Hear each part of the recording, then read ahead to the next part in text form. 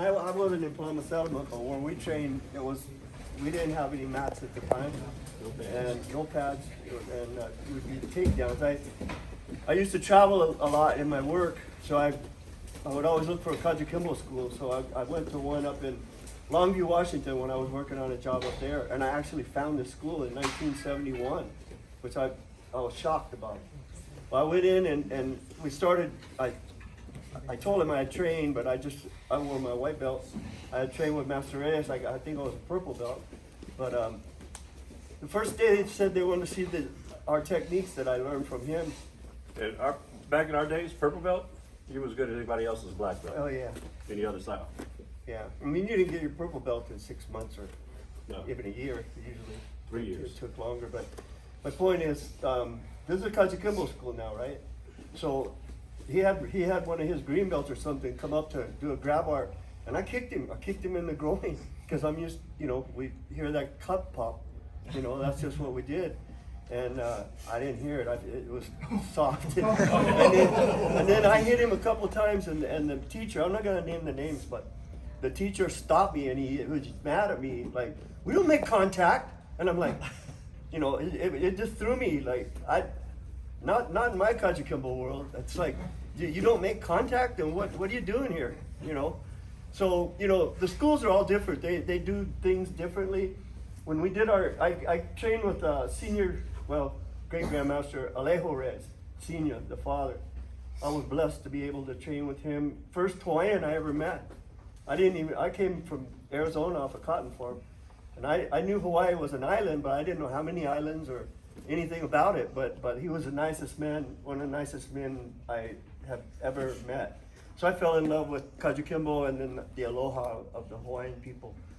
But the training was hard. It was a lot of physical conditioning. We do like 45 minutes of conditioning first and then our basics.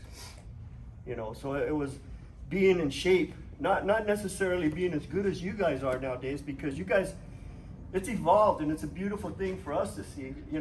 I'm not a grappler. I wrestled in high school, but I was like 103, I think, something like that at the time. So I wasn't very good ever, but I did do some wrestling, but I just wanted to learn self-defense.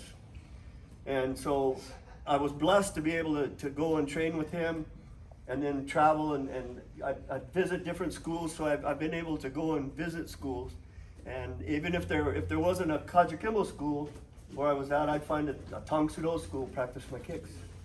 Or I did judo. I went to a judo school, practiced my throws and falls and all that stuff. And we didn't do any of the jiu-jitsu you folks do today. The Brazilian jiu-jitsu wasn't like a thing back then. We had the Japanese and the judo and our jiu-jitsu, the locks and things like that. But you're fortunate to do all that today. At my age today, I got 2 targets: your eyes and your throat.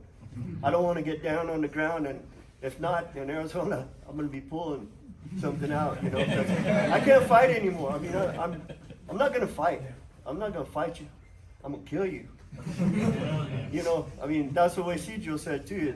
If that guy comes and messes with you, of course I don't speak pidgin, but he would go, you better kill me, because if you don't knock me down or kill me, bro, I'm going to come for you. I'm going to kill you.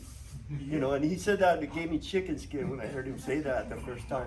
But the training was hard, and we do a lot of pounding. And I wrote a big article. I know Jeff saw it, or Professor Jeff, and some of the other people probably saw it, about injuries from Kajikimbo training. I have a chronic problem with my neck, and for 10 years I couldn't turn my head. I couldn't move my neck. They wanted to do operations. I said no. I finally found a guy, and he did what they call a radio frequency ablation on my neck, and it's like they go in with this, like a number 2 pencil-sized needle, and it's got a laser in it, and they go in and find the nerve that's pinching or whatever it is, and they kill it, they deaden it, and it took all the pain away. That's great, but why do I have that? Because like he said, what's Sijo's favorite technique? Pounding on the back of the neck. And I was guinea pig all the time for my teacher and anybody else. You're scaring me, Gary. Well, we're gonna do a little bit of it right now, and I'm gonna touch on something that I think he was reading my mind because I wanted to show you this one technique that we do. And it's, I know you folks know like number 3, Palamaset or Pinion, whatever you want to call it. And you know the move of we go down and we do that move. Yeah. So the one I want you to try, it's similar to what Senior Grandmaster was doing. So the guy's throwing this and I'm going to slip it.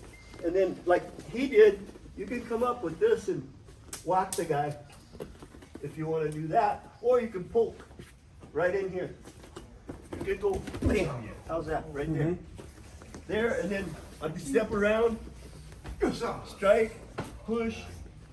That's the one. Don't hit the neck. Hit the back, or else you end up like me when you're 73 years old. So it's just simple. 1, 2. You're striking knuckle to knuckle. You got to make sure you hit the sternum, and you want to hit the spine. I don't think you can hear the sound. Yeah. You hit that. So you move it. 1, 2, down here. You can knee. Same stuff. All that fancy juice you want to put on.